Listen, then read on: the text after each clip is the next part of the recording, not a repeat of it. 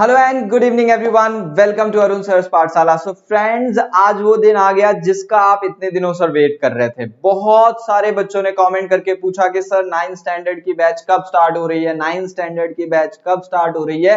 तो लीजिए, आपका वेट ओवर हो गया। आज से हम स्टार्ट कर रहे हैं 9th स्टैंडर्ड की बैच, और स्टार्टिंग से ही हम सबसे पहले हम पोएम पे आए हैं, जिसमें सबसे ज्यादा डाउट होता है बच्चों को कि सर स्टांजा समझ में नहीं आ रहा है, वर्ड समझ में नहीं आ रहा है, लिटरेरी डिवाइसेस समझ में नहीं आ रहा है, फिगर ऑफ स्पीच समझ में नहीं आ रहा है।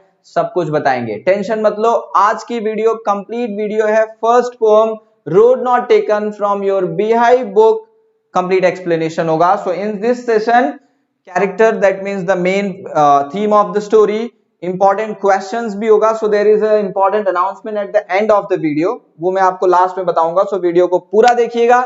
नए हैं तो सब्सक्राइब, पुराने हैं तो शेयर और लाइक बनता है, ठीक है। So let's start.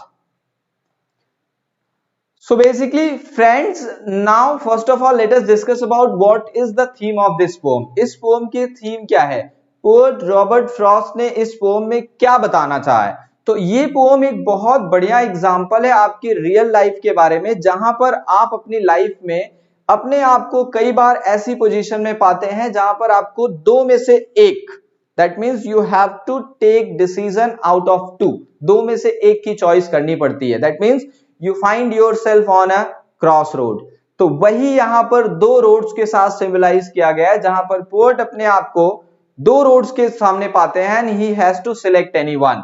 So the road that he selected made ultimate difference and the road that he did not select, that is what road not taken all about। तो okay, सो सबसे पहले first आंजा देखिए क्या लिखा हुआ है, मैं रीड आउट करता हूं, एक्सप्लेनेशन के साथ जाते हैं। देखिए क्या है first आंजा। Two roads diverged in a yellow wood and sorry I could not travel on both। अच्छा, two roads diverged in yellow wood, उसका मतलब क्या हुआ। अब बोलेंगे कि सर वुड येलो कैसे हो सकता है, तो भैया येलो वुड का मतलब क्या हुआ, यहां पर ऑटम सीजन की बात हो रही है। तो ऑटम सीजन में सभी पेड़ों के पत्ते जो है ना वो पीले हो जाते हैं क्योंकि वो झड़ते हैं। तो उस समय जो फॉरेस्ट है वो कैसा दिखता है, that looks like an yellow wood। so इसीलिए उसको क्या कहा गया है, yellow wood। so the poet is standing over there, यहां पर हमारे पोएट खड़े हैं और दो रोड्स डाइवर्ज हो रही हैं इस येलो वुड में, and he cannot travel on both, वो दोनों पर नहीं चल सकते हैं। why? because he is a one living personality, दोनों पे कैसे चल सकते हैं। so he is just standing over there, long I stood, मतलब इतनी देर से मैं वहां पर खड़ा हूं, and trying to find out, कोशिश कर रहा हूं कि मैं किस तरफ जाऊं। See look down as far as I could, जहां तक मैं देख सकता हूं मैं वहां तक देखने की कोशिश कर रहा हूं और फाइंड आउट कर रहा हूं which one should be the better choice. See to where it bent undergrowth, इसका मतलब क्या हुआ कि जहां तक आपकी आइज जा रही है, जहां पर अंडरग्रोथ का मतलब हुआ जब आपकी कहीं पर आप देखे खड़े रहे तो जब तक आप देख पा रहे हैं और जहां से रोड मुड़ी होती है, जहां से टर्न लेते हैं, वो आपको नहीं दिखता मुड़ने के बाद। तो आप जहां तक देख पा रहे हैं वहां तक आप कोशिश कर रहे हैं, और जहां से वो मुड़ जा रही है वहां आप नहीं देख पा रहे हैं, ठीक है। अब बात करते हैं सेकंड वाले पोएम की। क्योंकि वहां पर वो खड़े हैं, he can not choose both the path, दोनों पाथ सिलेक्ट नहीं कर सकते। So then took the other, मतलब ये अगर दो रोड्स हैं तो उन्होंने इस रोड को सिलेक्ट कर लिया और इसको छोड़ दिया, ठीक है। Took the other just as fair, जो उन्हें अच्छा लगा। That means having perhaps better claim, which was better option, जो ऑप्शन उनको बेटर लगा, which road look good to him, जो उनको सही लगी वो उन्होंने सिलेक्ट कर ली। क्यों सिलेक्ट की उसका रीजन भी दिया हुआ है, because that road was grassy, हरी भरी लग रही थी, and wanted wear, wanted wear का मतलब होता है चाहती थी कि कोई पहने। अभी रोड यहां पर अपने आप को नहीं कहेगी पहनो, इसका मतलब यहां पे ये हुआ कि nobody had walked, उस पर अभी तक कोई चला नहीं था। लेकिन though as for that the passing there, थोड़ी दूर चलने के बाद मुझे ये रियलाइज हुआ, दैट मीन्स पोर्ट को ये रियलाइज हुआ that both the roads equally lay, दोनों रोड्स एक जैसी ही दिख रही थी। she had warned them really about the same, थोड़ी दूर चलने के बाद जिस रोड को उन्होंने सिलेक्ट किया वो भी पहले रोड जैसी ही लग रही थी। अब बात करते हैं थर्ड स्टांजा की। मॉर्निंग में सी the roads that the poet, both the roads that were there when poet found himself on that diverge, in the morning both the paths were looking same, they were equally lay, both had lived on them, दोनों पर ही आप देखिए वहां पर leave थी, and no one had trodden back means अभी तक कोई भी वहां पर चला नहीं था, that means there were no footmarks. So he decided that he would choose one, एक सिलेक्ट करते हैं, and leave the one for another day, दूसरे को हम छोड़ देते हैं किसी और दिन के लिए.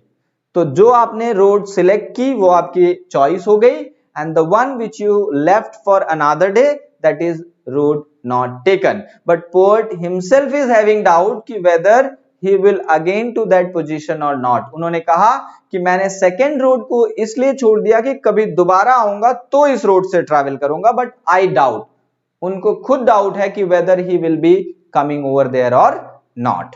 So this is the third stanza.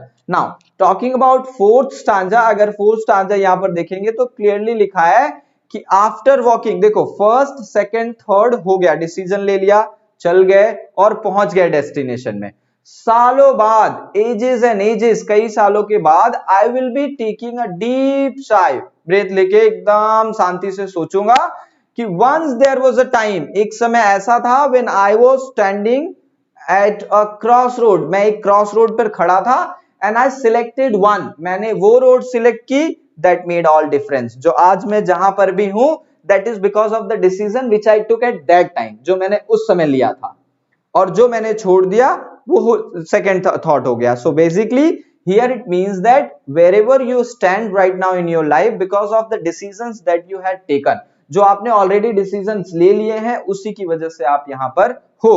So that is what the poet is also saying कि somewhere ages and ages, two roads were diverging in the world, I took the one which was less traveled, and that is where I am. That made all the difference, which means that that is the road which I have selected made all the difference. मतलब मैं अपनी life में जहां पर भी हूं, that is because of the decision which I took at that time. Okay, बहुत easy pome थी, चारों स्टांजर्स बहुत इजी है, सिंगल सा एक थॉट यहां पर आ रहा है, एक सिंपल मैसेज है कि you will also find yourself at various stages of your life at crossroad, so you have to be very careful while taking the decision, because that decision will take you through. That decision, if one decision goes wrong, life खत्म, एक decision सही, life किसी और जगह पे.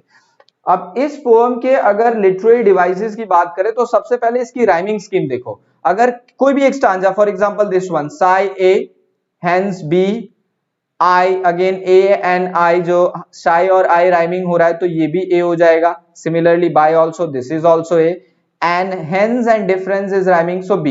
So the rhyming scheme is A B A A B. Okay, that will be the rhyming scheme of this poem. और पूरा poem ही symbolism पे हुआ, तो यहाँ पर because two roads, that is showing the choices of our life, so that is symbolism one another. And then anaphora, that means repetition of particular word in the beginning of the line. So and is repeated in second, third and fourth stanza. Similarly alliteration, that means repetition of consonant sound in the beginning of the word. ठीक है, so wanted, where, W is repeated, it is over there. Then first, for, F is repeated. Then though, that, T, H is repeated, so that is alliteration. And repetition, that means look at the last stanza, ages and ages, this is the repetition of whole world, पूरा whole word, the complete word is repeated, ages and ages. So these are the main literary devices of this poem. I hope you must have understood the poem. समझ में आ गया है तो फटाफट like कर दो, कोई डाउट है तो कमेंट करके पूछ लो. इस पोम के क्वेश्चन आंसर को मैं टेलीग्राम चैनल पर डालूंगा, और टेलीग्राम चैनल ध्यान से लिख लीजिए, English by Arun sir. This is the Telegram channel where you'll get all the links and PDF. So don't forget to follow that one. Okay. So we'll meet in next lecture where I'll explain the question answer of this one, and we'll have quiz also. वो हमारा live class होगा. So don't miss that. And if you want to get the link, again आपको link मिले, इसके लिए आपको ये channel पे जाना पड़ेगा और join कर लेना है. ठीक है? So let's meet in next video. Till then, take care. Bye bye.